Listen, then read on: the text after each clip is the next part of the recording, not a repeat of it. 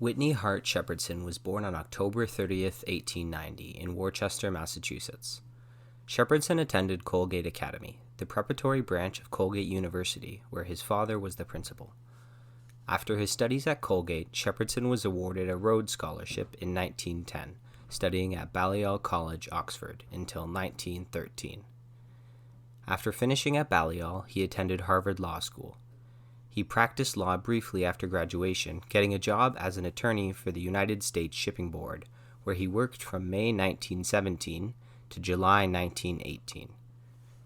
According to businessman Edward N. Hurley in his book The Bridge to France, the United States Shipping Board was an organization with, quote, complete control over American ships and shipping, unquote.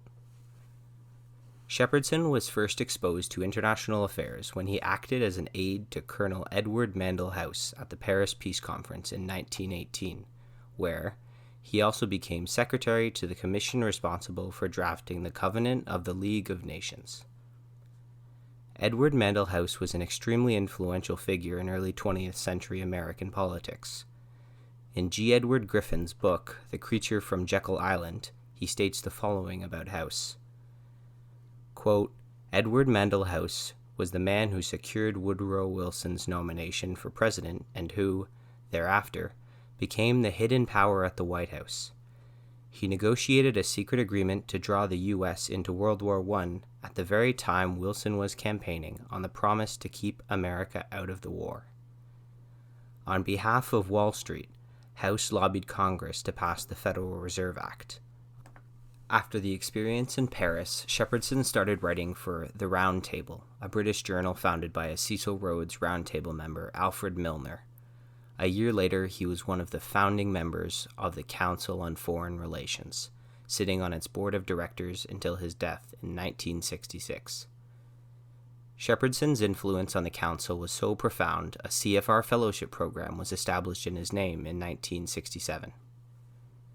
From 1921 to 1922, he was chosen as the European manager of P.N. Gray & Company, an organization that facilitated the purchases of U.S. food products by Belgium, Poland, and Austria.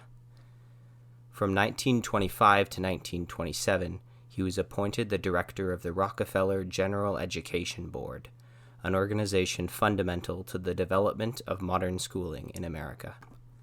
During this time, he most likely formed close relationships with the Rockefeller family and their foundation, as they eventually financed the CFR starting in the 1930s. Around this time, he was also director of the Woodrow Wilson Foundation. In 1928, he ventured back into the world of business, becoming the president of Bates International Bag Company until 1930, and, in 1931, becoming the vice president of United Fruit Company's transportation subsidiary, International Railways of Central America, where he remained until 1942. At the time, the United Fruit Company owned 3.5 million acres of land in Central America, which it used to exert influence over both trade and government in the region. During this time, he was also principal editor of the CFR's annual publication, The United States in World Affairs, from 1934 to 1940. At the outbreak of World War II in 1939, he became the leader of the political group for the CFR's War and Peace Studies project.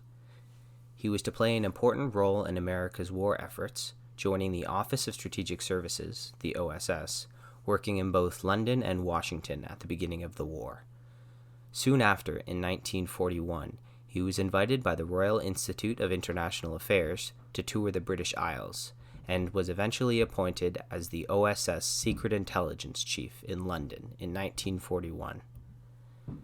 2 years later, in 1943, he was further promoted to the head of Secret Intelligence of the entire OSS, and remained in that position until after the war when it was merged into the CIA in 1946. While in this position, he facilitated the expansion of OSS activities, establishing field offices all over Europe, the Middle East, and Asia. Following the war, he was appointed the director of the Carnegie Corporation's British Dominions and Colonies Fund. However, he still continued with his intelligence activities.